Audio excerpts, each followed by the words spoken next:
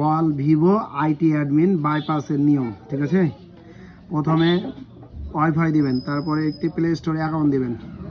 Account দেওয়া হয়ে গেল, এবার সেটিংয়ে যাবেন।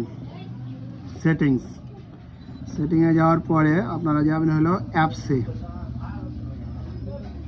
যাওয়ার পরে সি ওয়াল অ্যাপস, এটা শুধু ভিভোর ক্ষেত্রে বলছি কিন্তু আমি।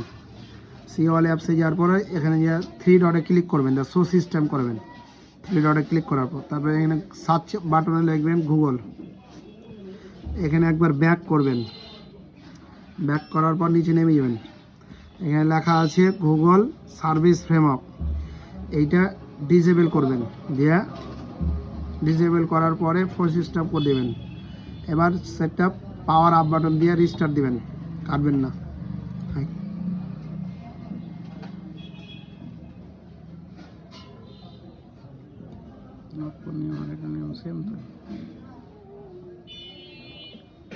এই বাইপাস করার পরে আপনারা অবশ্যই 15 ভার্সনে কমে যাবেন, কারণ 15 ভার্সনে বহুত টাকা খরচ। বাইপাস পার সেটে 3000 করে দেওয়া হবে। 15% বাইপাস 100% হবে, করে দেবো, কিন্তু 3000 করে বিল।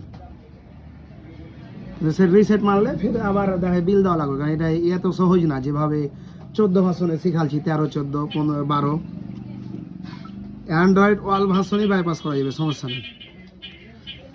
এখন এটা আর প্লে স্টোর চালার এখন কিছু আর আসবে না, অ্যাডমিন নাই, এই যে ফুললি অ্যাডমিন নাই। এবার একটা জিনিস করবেন আপনারা, সে হলে সেটিংয়ে ঢুকবেন। সেটিংয়ে ঢোকার পরে অ্যাবাউটে যাবেন। অ্যাবাউটে যাওয়ার পর সফটওয়্যার ইনফরমেশনে ঢুকবেন। দিয়ে বিল নাম্বারে ট্রিপল ক্লিক করবেন, শর্ট প্রেস। ডেভেলপার অপশনটি চলে আসবে। সিস্টেমে যাবেন, ডেভেলপার অপশন যাওয়ার পরে অটোমেটিক সিস্টেম আপডেট অফ করবেন এবং ইউএসবি ডিভাইসটা করে রাখবেন।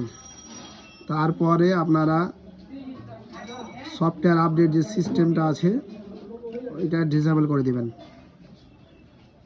এখানে সেটিংয়ে ঢুকবেন, সিস্টেম আপডেটে গিয়ে আপগ্রেড সেটিংস দিয়ে অফ, ডিসেবল অফ, তাহলে আর আপডেট চাইবে না, আর সেটও আর আপডেট হবে না, তাহলে ফুললি ডান।